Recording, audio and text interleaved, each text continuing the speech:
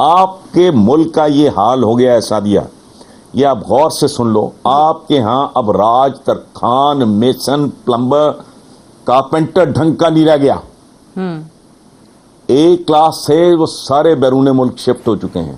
ان کے ٹرین کیے ہوئے بچارے ٹوٹے پجے، آپ کو ڈھنگ کا ہنرمند نہیں ملتا.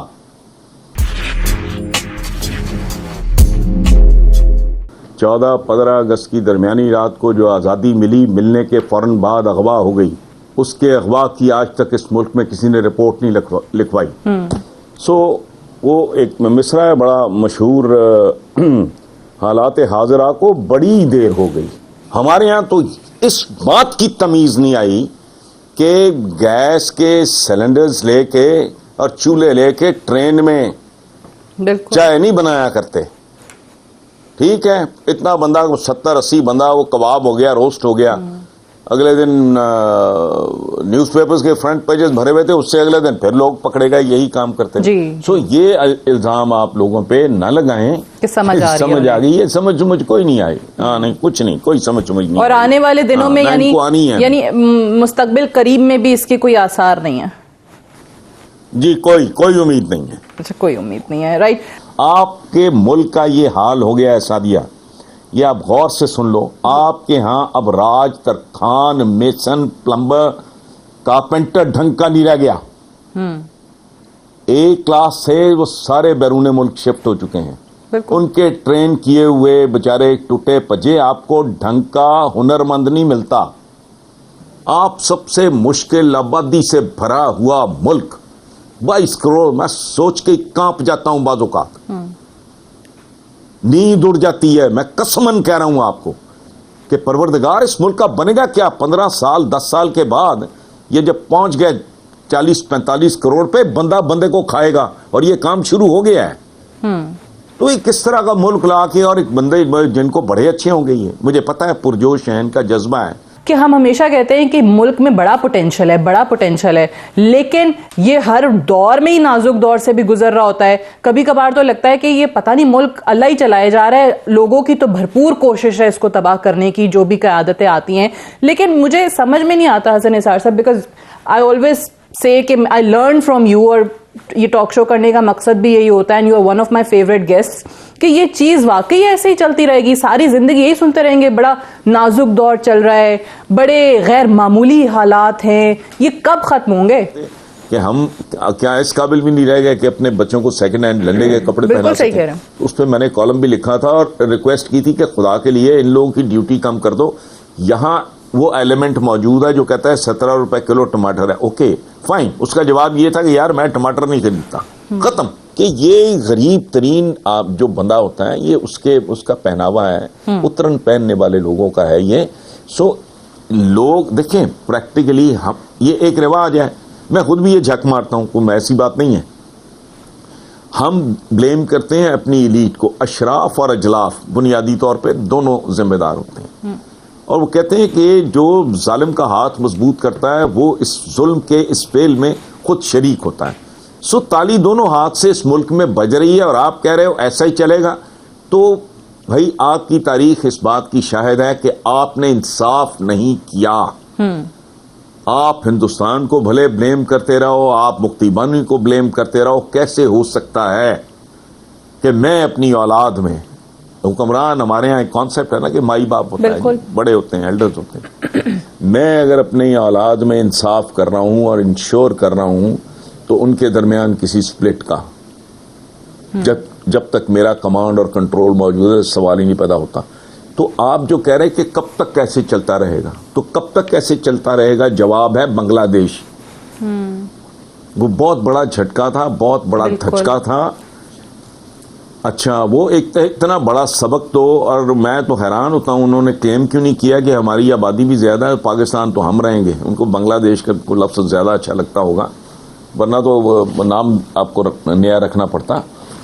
تو اچھا دوسرا جو ہے وہ کیا ہے، وہ رہن پڑا ہے، وہ گروی پڑا ہے. آپ کہہ رہے ہو نا کیا اسی طرح چلتا رہے گا؟ میرا سوال آپ سے ہے، کیا یہ چل رہا ہے؟ آپ کے تنور میں لگنے والے، نہیں سنیں، آپ کے تنور میں لگنے والے نان اور روٹی کی قیمت آپ کا وزیر خزانہ یا آپ کا وزیر اعظم نہیں طے کر سکتا. بالکل. پرائمری ایجوکیشن پہ فوکس کرو. تمہیں اگر نیا پاکستان چاہیے تو نئی نسل پیدا کرو. جو برباد ہو چکا ہے سارا کچھ.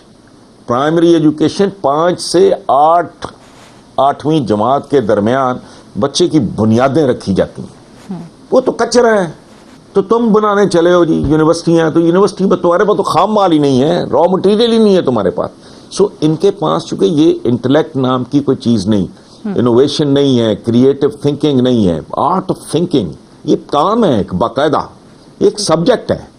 تو وہ چونکہ انوویشن ہے نہیں, مکھیوں پہ مکھی مار, کسی نے ادھر بتا دیا وہ پکڑ لیا, کوئی آپ سے سن لیا ادھر سے سن لیا کر. ریاست مدینہ کا مطلب ہے عالی شان لوگوں کی تخلیق. سونا, چاندی, پیتل, یہ ہتھیار لوہے کے بنتے تھے. یہ ساری چیزیں تو اس وقت بھی بہت قیمتی تھی نا. کو احد کے پہاڑوں سے یا مکہ کے پہاڑوں سے آپ نے کوئی سونا چاندی نکال لیا تھا؟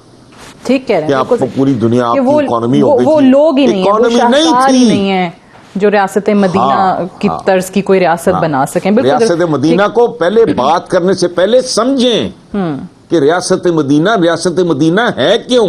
صحیح. اس لیے نہیں کہ وہاں انصاف تھا, انصاف تو کئی جگہ پہ تھا. ٹھیک ہے. حسن نثار صاحب ایک آخری سوال, کیونکہ وزیر اعظم عمران خان احتساب کی بہت بات کرتے تھے, یہی نعرہ لے کر وہ آئے, اکراس دا بورڈ اکاؤنٹیبلٹی کی انہوں نے بات کی. اب یہ جو نیا نیب آرڈیننس آیا ہے, قوانین میں ترامیم آ گئی ہیں, اس پہ سیاسی غیر سیاسی ہر طرح کے لوگوں کو باقاعدہ ریلیف دیا جا رہا ہے. وہ عمران خان جو کہ چوروں ڈاکوؤں کو الٹا لٹکانے کی بات کرتے تھے, یہ کہیں پر آپ کو لگتا ہے کہ ان کی طرف سے کمپرومائز ہوا ہے احتساب کے عمل پہ, اور اگر ہوا ہے تو کیوں؟ دیکھیں اس میں دو باتیں. پہلی بات تو یہ ہے کہ ناقابل ترمیم صرف اللہ کے قوانین اور احکامات ہیں, پہلی بات. بالکل ٹھیک. دوسری بات یہ ہے کہ میں نہیں جانتا, سچی بات ہے, کہ نیب کے کیا قوانین ہیں, نہ ہی میں اس سے واقف ہوں کہ نیب کے ان قوانین میں جو ترامیم ہوئی ہیں وہ کون سی ہیں اور کیسی ہیں. اچھا. سو جینوئنلی میں آئی ڈونٹ کوالیفائی, میں اس پہ کامنٹ کرنا, میرا چونکہ علم نہیں ہے. تھوڑی بہت اس میں یہ کہ سرکاری افسران, بزنس مین, سیاسی لوگ, ان سب کو ریلیف مل جائے گا, اور مختلف لوگوں کی طرف سے تو آلریڈی اس آرڈیننس کے آنے کے بعد درخواستیں چلی گئی ہیں ریلیف فراہم کرنے کی, جمع کرا دی ہیں انہوں نے درخواستیں. تو سعدیہ پھر اس کا مطلب کیا ہے کہ ایک غریب کسان ہے, ایک مزدور ہے, دیہڑی دار ہے, کوئی پلے دار ہے, اس پہ زور آزمائی کرو گے؟ یہ کامن سینس کی بات ہے نا. تو سوال ہی نہیں بنتا. دیکھو نا, ایک بندہ جو ایک ایسی پوزیشن پہ ہے جہاں وہ اپنی طاقت کو مس یوز کر سکتا ہے, ایبیوز کر سکتا ہے, اور ملک کے وسائل کے ساتھ کھلواڑ کر سکتا ہے. آپ احتساب تو اس کا کرو گے نا, میرا کرو گے, یا آپ کا ہونا چاہیے. بالکل ٹھیک. تو یہ تو پھر سیلف ایکسپلینیٹری ہے. اس پہ تو میں جو آپ نے بتایا ہے اس کی روشنی میں تو میرا سادہ سے جواب ہے. اور اس میں سر ایک اور چیز بھی کہ جو پاناما لیکس جب ہوئی تو اس میں کیونکہ ساری بحث اس پہ تھی کہ نواز شریف اور خاندان کو کہا جاتا تھا کہ آپ ثابت کریں, اونس جو ہے وہ آپ پہ ہے, برڈن آف پروف آپ پہ ہے, بار ثبوت آپ پہ ہے. According to this new law آپ یہ کہہ رہے ہیں کہ بھائی نیب ثابت کرے, آپ پہ کوئی الزام وہ لگا رہا ہے تو اب نیب خود ہی ثابت کرے کہ بھائی کیوں حسن نثار صاحب پہ یہ الزام لگایا ہے. That's not logical. جی دیٹس ناٹ لاجیکل. میرے اوپر کوئی الزام لگا تو میں کیسے کہ میں ثابت کروں کہ میں نے قتل نہیں کیا؟ آپ ثابت کرو میں نے کیا. میں تو کہہ رہا ہوں, میں تو ڈینائی کر رہا ہوں, کافی ہو گیا. میں کیسے ثابت کروں؟ That doesn't make any sense. آپ میری طرف انگلی اٹھا رہے ہو نا, تو آپ بتاؤ کوئی تو ایویڈنس ہوگا. اور یہ بڑا سمپل ہے. لیونگ بیونڈ مینز یہ بہت بڑی حکمت والی بات ہے. میں بہت ماہر قسم کا نقبزن ہوں, میں چور ہوں, میں ٹھگ ہوں, میں جیب کترا ہوں, میں اٹھائی گیرا ہوں, میں نے کوئی ثبوت نہیں چھوڑا. لیکن میرا لائف سٹائل اگر میرے ذرائع آمدنی سے میچ ہی نہیں کر رہا تو دیٹ اٹ سیلف بہت بڑا ثبوت ہے. اس کو تو کوئی بے شرم بے حیا آدمی اس سے ڈس ایگری کرے گا. ٹھیک ہے. یہ بذات خود لاش جیسے کہتے ایک ثبوت ہوتی ہے. جی جی. تو میری انکم جو ہے میرے لائف سٹائل کو اس کے ساتھ کوئی